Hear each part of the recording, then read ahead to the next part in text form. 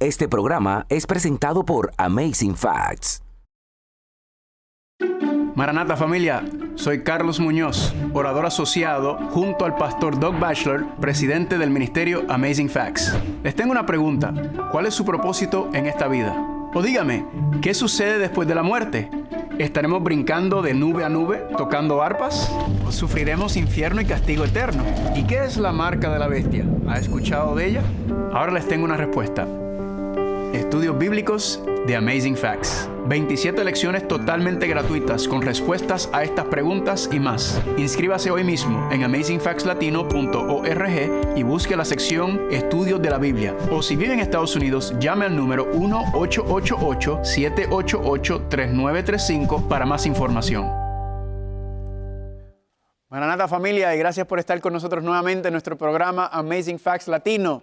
Es un gozo estar con ustedes nuevamente, estudiando la palabra de Dios. Aquí yo soy Carlos Muñoz Acosta, su compañero de viaje durante este estudio fascinante. Le queremos dar un saludo a ustedes que nos están viendo en la televisión, las redes sociales, escuchando por radio o los que se encuentran aquí presentes también. Gracias por estar con nosotros.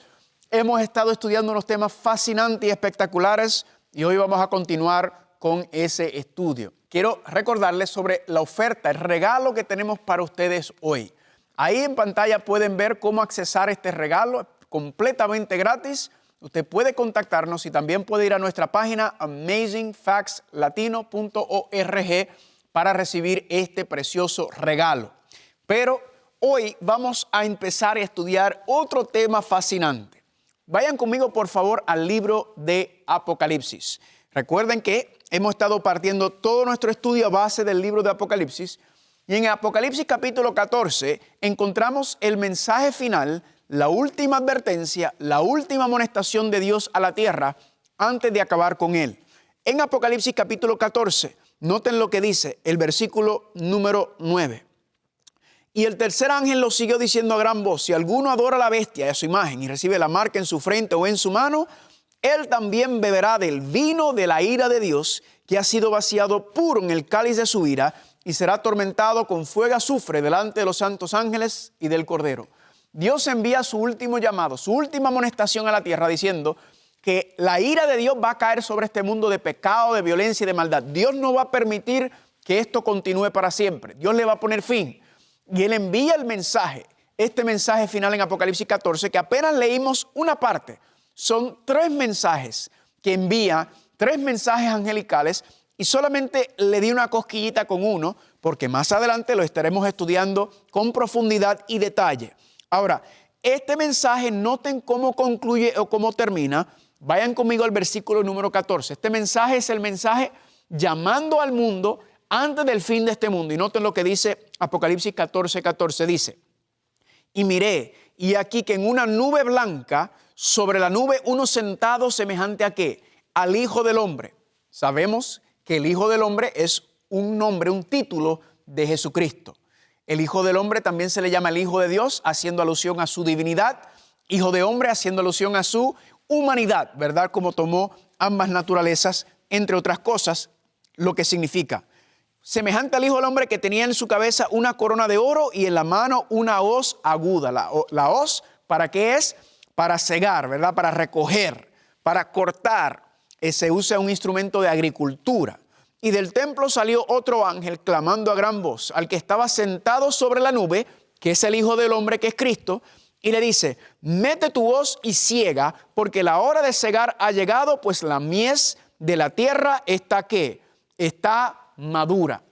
Aquí entonces nos está hablando de la gran cosecha, de la gran recogida que va a haber en el tiempo final, cuando Dios va a recoger, Dios va a tomar a los suyos. ¿Para qué? Para llevárselo al reino de los cielos. Esto es una alusión al regreso de Cristo Jesús, cuando tomará a los suyos para llevárselo al cielo. Vayan conmigo, por favor, a Mateo capítulo 24. Quiero mostrarle en Mateo capítulo 24 el mismo principio, cómo es que Cristo, cuando venga, va a recoger a los suyos. Mateo capítulo 24, y estaremos estudiando bastante más Mateo capítulo 24, y noten lo que dice el versículo número 29, Mateo 24, 29. E inmediatamente después de la tribulación de aquellos días, el sol se oscurecerá la luna no dará su resplandor, las estrellas caerán del cielo y las potencias de los cielos serán conmovidas. Y noten, versículo 30, entonces aparecerá la señal del Hijo del Hombre en el cielo y entonces lamentarán todas las tribus de la tierra y verán al Hijo del Hombre viniendo sobre las nubes del cielo con gran poder y gloria. Y enviará a sus ángeles con gran voz de trompeta y juntará a sus escogidos de los cuatro vientos desde un extremo del cielo hasta el otro. La gran recogida, la gran cosecha que Cristo viene a recoger para llevarse a sus hijos y regresarlos a su presencia allá en el reino de los cielos. Ahora, la pregunta que nos tenemos que hacer es, ¿cuándo será esta cosecha? ¿Qué es lo que prepara la cosecha? ¿Por qué ha tardado tanto la cosecha? ¿Cuándo será que estará lista y cómo estará lista la cosecha? ¿Y cuál es mi parte en esta gran cosecha?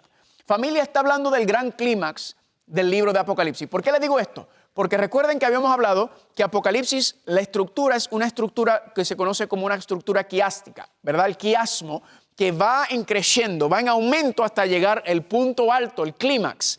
En Apocalipsis, ese clímax se encuentra en Apocalipsis 12, 13 y 14 y termina con esta gran cosecha cuando Cristo regresa para llevarse a su pueblo. Y esto, familia, también fue profetizado desde los tiempos antiguos, desde antes de la primera venida de Jesucristo. Noten lo que dice el libro de Judas, versículos 14 y 15.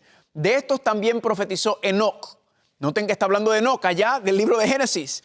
Séptimo desde Adán, diciendo, he aquí que el Señor viene con decenas de millares de sus santos para ejecutar juicio contra todos. Y sigue diciendo, y convencer a todos los impíos de entre ellos de todas sus obras impías que han cometido impíamente y de toda palabra dura que los pecadores impíos han hablado en contra de él. Así que aquí está hasta Enoc, hermanos y hermanas, el séptimo desde Adán allá en la genealogía, la primera genealogía que aparece en Génesis capítulo 5.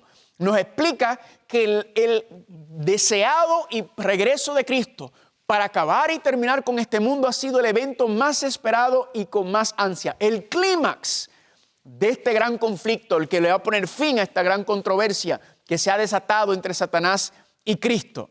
Pero con todo eso alguna gente se burla, se ríen, se mofan de que Cristo va a regresar, por favor, que Cristo dijo que iba a venir. Noten lo que dice 2 de Pedro capítulo 3, versículos 3 y 4. En los postreros días vendrán burladores andando según sus propias concupiscencias, diciendo, ¿dónde está la promesa de su advenimiento? Noten los burladores que creen Cristo no vendrá, que dijo que iba a regresar, por favor. Sigue diciendo el versículo, porque desde el día en que los padres durmieron, todas las cosas permanecen así como desde el principio ¿de qué? Desde el principio de la creación. Así que hay muchos, incluso cristianos, que dicen, Cristo no va a regresar, Cristo ha tardado tanto, todo eso no es verdad. Mira lo que dice Pedro, claramente explicando que esta será la actitud de muchos en el tiempo del fin en cuanto al regreso de Cristo Jesús. Ahora, le hago una pregunta. ¿Estaba la iglesia preparada para la primera venida de Jesucristo? No, sabemos que no, ¿verdad que no? Cuando nace el niño, cuando nace el Mesías, vinieron sabios del oriente, o sea, de Babilonia tuvieron que venir a decirle al pueblo de Dios, decirle, mira, el Mesías ha nacido, el rey prometido ha nacido, el campeón, el salvador de Génesis 3:15 ya nació. Y los del pueblo de Dios estaban ¿cómo? Estaban sorprendidos, distraídos en estos asuntos. No estaban listos y preparados para ese momento. Le hago una pregunta. ¿Tuvo repercusiones terribles el que no estuvieran preparados, que espiritualmente no estaban estudiando las Escrituras, no estaban estudiando las profecías, no estaban preparándose para la llegada, la primera llegada del Mesías, de la promesa del campeón, del Salvador? Efectivamente. Ahora, ¿por qué le digo esto? Porque ¿será que va a pasar lo mismo con el pueblo de Dios en el tiempo final? El pueblo de Dios, la iglesia, no está lista, no está preparada para la segunda venida, para el regreso de Cristo Jesús. ¿Y será que también tendrá consecuencias devastadoras para el pueblo por no estar preparado, para no estar estudiando las profecías, para no estar analizando, estudiando no solamente las profecías en cuanto a su primera venida, sino las profecías concernientes a su segunda venida. Así que, hermanos y hermanas, vamos a estudiar este concepto del regreso de Cristo Jesús. Y quiero que noten algo. En el cristianismo hay dos análisis o hay dos interpretaciones de cómo será la segunda venida de Cristo. Muchos cristianos piensan que Cristo vendrá con poder y gloria, como está explicado en las nubes. Otros cristianos piensan que Cristo vendrá como un ladrón en la noche, en secreto, a raptarse o a llevarse a su iglesia de manera silenciosa, invisible. Ahora, voy a serle honesto. Yo no fui criado en una familia cristiana.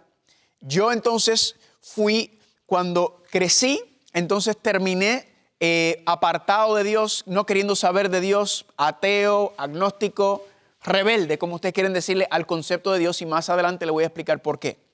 Así que cuando yo vengo y yo empiezo a entrar al cristianismo, yo veo que hay dos bandos en cuanto al regreso de Cristo. Un grupo dice que vendrá como ladrón en la noche, un rapto secreto, invisible, silencioso, y se llevará a su iglesia, ¿verdad?, de una manera silenciosa, callada. Y después vendrá en lo que se consideraría su tercera venida.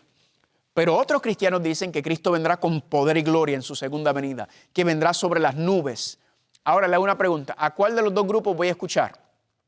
Pues vamos a ser sinceros, ninguno de los dos. Los dos no pueden estar correctos porque están diciendo dos cosas diferentes. Los dos podrían estar equivocados, ciertamente, ¿verdad? Pero ciertamente no voy a estar escuchando porque en el mismo cristianismo hay confusión en cuanto al regreso de Cristo Jesús. ¿A quién voy a escuchar? Yo voy a escuchar la palabra de Dios. Yo voy a dejar que Dios nos diga, porque Dios no es Dios de confusión. Dios no es Dios de estar teniendo a sus hijos y a sus hijas corriendo como la gallina sin cabeza tratando de averiguar qué es lo que Dios quiere decir. No, Dios en su propia palabra lo va a decir. Dios es un Dios de orden y Dios es un Dios que revela y muestra. Así que hoy vamos a comenzar por los próximos temas este estudio sobre el concepto del regreso de Cristo Jesús. El gran clímax, el regreso de Jesucristo a la tierra, será, pregunta, ¿un rapto secreto o será un rapto glorioso? Esa es la primera pregunta que nos hacemos. Ahora, repito, yo no conozco esta temática, entonces cuando yo entro al cristianismo por mi propia decisión, yo de momento entonces me encuentro con este dilema. Así que, ¿qué es lo primero que yo hago? Yo digo, bueno, voy a ir a la concordancia y vamos a buscar la palabra rapto. ¿Qué es el rapto? ¿Es un rapto secreto, como dicen algunos, o es un rapto glorioso? Bueno, interesantemente la palabra rapto no aparece en las escrituras per se. La palabra en sí no aparece, la palabra rapto. Pero sí aparece una palabra que es la palabra griega arpazo. Noten cómo se utiliza aquí en 1 Tesalonicenses capítulo 4, versículo 17. Dice, luego nosotros los que vivimos, los que hayamos quedado, seremos ¿qué cosa? Arrebatados juntamente con ellos en las nubes para recibir al Señor en el aire, y así estaremos siempre con el Señor. Esa palabra arrebatados, si notan en la parte de abajo, es la palabra griega arpazo, que significa agarrar, atrapar, arrancar, tirar o tomar por la fuerza. Este es el concepto del rapto. La palabra rapto en sí no aparece, pero la palabra que se utiliza es la palabra arpazo y se utiliza 18 veces en las Escrituras. Así que, como hemos hablado, el mejor amigo para estudiar la Biblia, aparte del Espíritu Santo, es la concordancia. Entonces, yo empiezo a buscar y a dejar que la Biblia me explique qué es este arrebatamiento. ¿Es un arrebatamiento? ¿Es un rapto secreto, invisible, silencioso? ¿O es un rapto glorioso, espectacular? Bueno, noten otro versículo que habíamos leído anteriormente en Apocalipsis capítulo 12, versículo 5. Y ella, hablando de la mujer de Apocalipsis 12, dio a luz a un hijo varón, el cual había de regir a todas las naciones con vara de hierro. Y noten aquí la palabra. ¿Y su hijo fue qué? Fue arrebatado para Dios y para su trono. En nuestro estudio anterior vimos cuando Cristo ascendió al cielo, ¿verdad? Que fue llevado al cielo. En cuanto a eso, y dice el mismo concepto, la misma palabra, fue arrebatado o fue tomado para regresar y ascender al cielo. Ahora, a la luz de eso entonces nos preguntamos, ¿será este arrebatamiento secreto, invisible y silencioso? ¿O será un arrebatamiento o un rapto poderoso, espectacular, cuando Cristo regrese. Noten, aquí no importa lo que yo creo, lo que yo digo, lo que a mí me enseñaron. Aquí lo único que importa es lo que yo puedo probar con la palabra de Dios. ¿Qué dice 2 de Pedro capítulo 1, versículo 20? Entendiendo primero esto, que ninguna profecía de la Escritura es de interpretación privada. No existe interpretación privada en la palabra de Dios, en la profecía. Hay gente que dice, bueno, tú lo interpretas de esta manera, yo lo interpreto de esta manera. Hermanos y hermanas, no hay dos interpretaciones. No hay una interpretación relativa, ¿verdad? El posmodernismo que, bueno, así lo interpretas tú, esto lo interpreto yo. Las profecías no son así, porque Dios está dándonos avisos, señales sobre los acontecimientos que van a pasar. Cuando Dios dice que no hay ninguna profecía de interpretación privada, es porque las únicas dos interpretaciones que existen de la profecía es la verdadera y la farsa. Esto lo hemos estudiado anteriormente. Ahora, para entender y comprender este misterio, ¿qué vamos a hacer? Vamos a dejar que la Biblia nos hable sobre este concepto del regreso de Cristo Jesús, cómo será y cuándo será. Ahora, para empezar nuestro estudio, me acompañan por favor en Mateo capítulo 24. Vamos a empezar nuestro estudio en Mateo capítulo 24 y vamos a dejar que la Biblia nos hable sobre el contexto del regreso de Cristo Jesús. ¿Cómo será?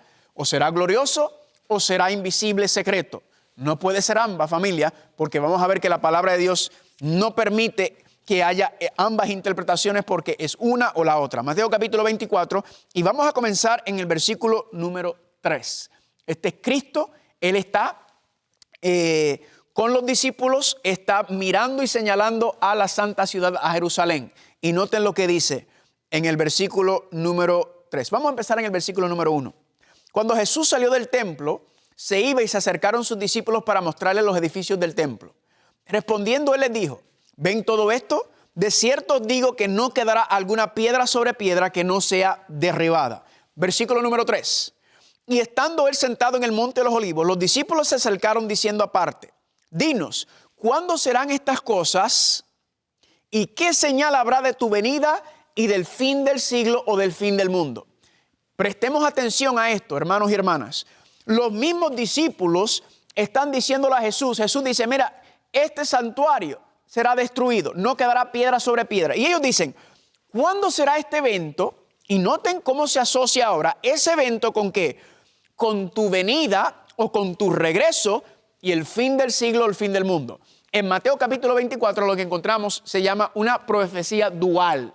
En otras palabras, Cristo ahora en Mateo 24 va a explicar tanto la destrucción del santuario terrenal, que fue luego en el año 70 por los romanos, y los acontecimientos, y va a utilizar ese evento como un apoyo para mostrar los eventos que van a acontecer cuando Él regrese y cuando termine el mundo. Noten, ellos lo dicen claramente, ellos entienden que cuando Cristo regrese será el fin del mundo. Dice, versículo 3, ¿y qué señal habrá de tu venida y del fin del siglo? Del fin del mundo. Así que la venida de Cristo le va a poner fin a este mundo como lo conocemos. Ahora, vamos a estudiar un poco más profundo. Vayan conmigo, por favor, ahí mismo, a Mateo capítulo 24 y vamos a empezar en el versículo número 35. Mateo 24, 35. Noten lo que dice aquí. El cielo y la tierra pasarán, pero mis palabras no pasarán. Pero del día y la hora nadie sabe, ni aun los ángeles de los cielos, sino solo mi Padre. Noten, Cristo entonces dice, miren, este mundo como lo conocemos, el cielo, está hablando del primer cielo, la primera atmósfera, y la tierra, la superficie de la tierra, ¿qué está diciendo? Pasarán, pero mis palabras no pasarán. Apocalipsis capítulo 21 que dice que vi un cielo nuevo y una tierra nueva. Yo no sé usted, pero el sonido de la palabra tierra nueva te debe llenar de gozo saber que Dios le va a poner fin a este mundo de pecado, de violencia, de maldad, y Dios va a hacer una tierra nueva. Y dice Apocalipsis capítulo 21, versículo 4, que ya no habrá más llanto, ni dolor, ni sufrimiento, ni cáncer, ni muerte, ni asesinatos, ni guerra. Todas estas cosas serán hechas nuevas. Amén. Y fieles son las promesas de Dios. Y Cristo dice en el versículo 36, pero ese día y la hora nadie lo sabe. Ni siquiera Él, cuando estaba aquí en la tierra, dice que lo conocía. Solamente el Padre, claro, cuando Él asciende, me imagino que ya el Padre lo puso al tanto en cuanto a cuándo iba a regresar. Noten el versículo 37. Mas como en los días de Noé, así será también la venida del Hijo del Hombre. Ahora, hermanos y hermanas, Cristo está siendo bien específico y nos está diciendo, si tú quieres saber cómo va a ser mi regreso y cómo va a ser el fin de este mundo, ¿qué le está diciendo? Estudia los días de Noé, porque así como pasó en los días de Noé, así será mi regreso y el fin de este mundo como lo conocemos. Sigamos leyendo, noten lo que dice. Porque como en los días antes del diluvio estaban comiendo y bebiendo, primero, casándose y dándose en casamiento, segundo, hasta el día en que Noé entró en el arca. Entonces, ¿qué estaba pasando? Vamos a ver más adelante que este concepto de comiendo y bebiendo, casándose y dándose en casamiento, nosotros casi siempre lo aplicamos a las borracheras, ¿verdad? La gente que está viviendo la vida loca, casándose y dándose en casamiento, que los matrimonios ahora es un relajo y todo lo que ha pasado con los matrimonios, y el matrimonio se ha tirado por el piso, matrimonio por negocio, matrimonios ilícitos. Ciertamente no estoy diciendo que eso no es parte del problema, pero es algo más profundo. ¿Saben por qué? Porque Cristo no le está hablando al mundo, Cristo le está hablando a la iglesia. Cuando el Señor le habla en la palabra de Dios, Él muy pocas veces le habla al gentil o al no creyente o al pagano, como dice la Biblia, ¿verdad? O al impío. No, Cristo y Dios le habla a su iglesia. ¿Por qué? Porque el gentil, el no creyente, no cree en Dios. Entonces Dios no le habla porque no cree en Él. Dios casi siempre, son raras las veces en la Biblia, pero casi siempre, en la mayoría de los casos, Dios le habla a su iglesia. Y su iglesia es la que ha de representar a Cristo, a Dios delante de los no creyentes, y que por medio de su testimonio ganarlos, que vean el gozo, que vean la paz, que vean la vida abundante que promete el Evangelio.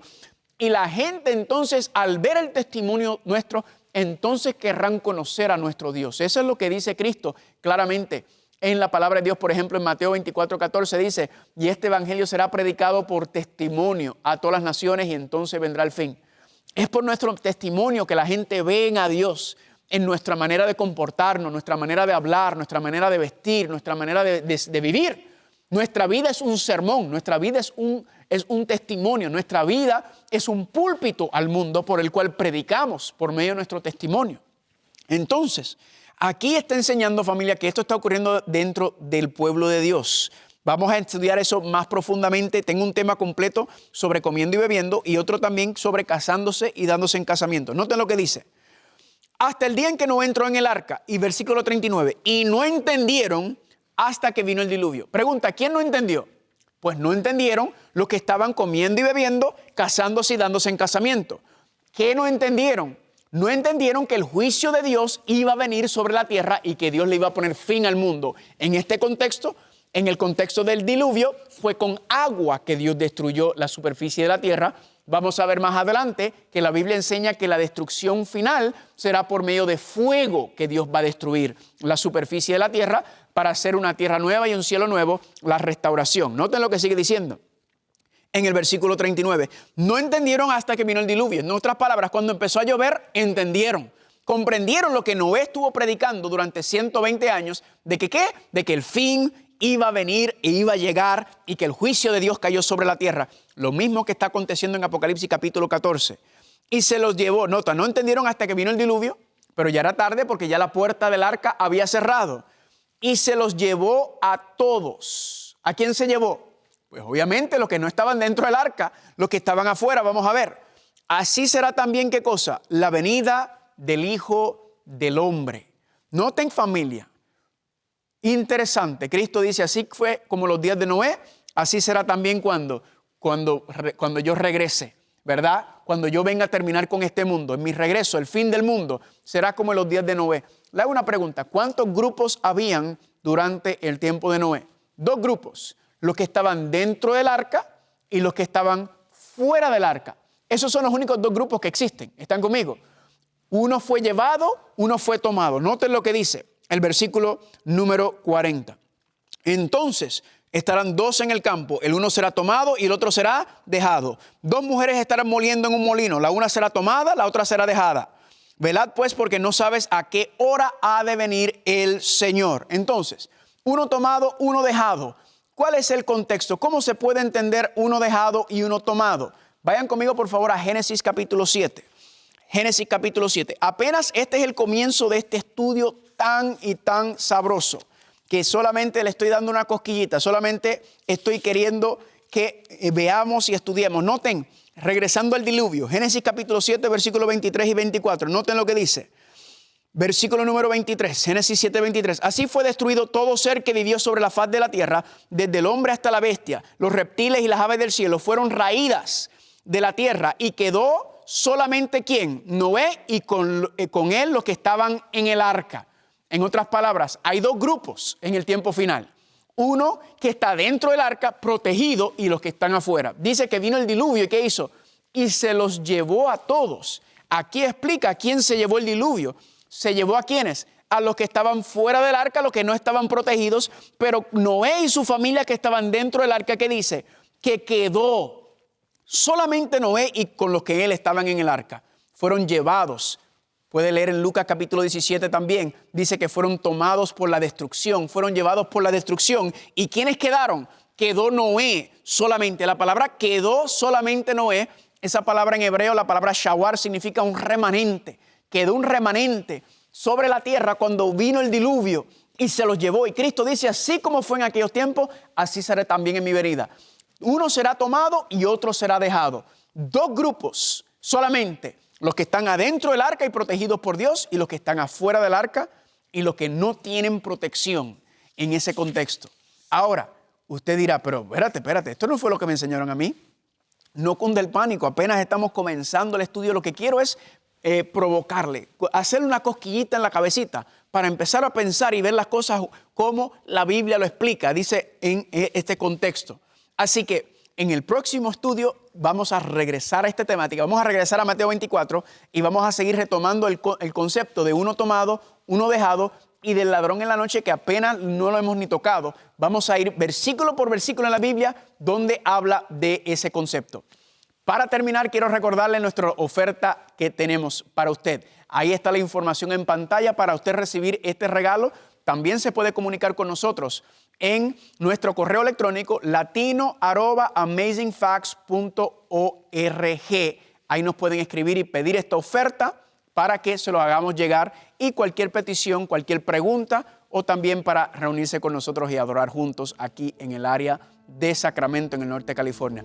Gracias por sintonizar a Amazing Facts Latino. Nuestra misión es compartir la palabra de Dios y queremos regalarle un curso bíblico gratuito. También tenemos docenas de recursos más que le ayudarán a crecer más en Cristo. Visite amazingfactslatino.org o llame al 1-888-788-3935. Una vez más, si desea obtener cualquiera de nuestras ofertas gratuitas, visítenos en amazingfactslatino.org o llámenos al 1-888-788-3935 y no se pierda el próximo programa de Amazing Facts Latino con Carlos Muñoz. Este programa fue presentado por Amazing Facts.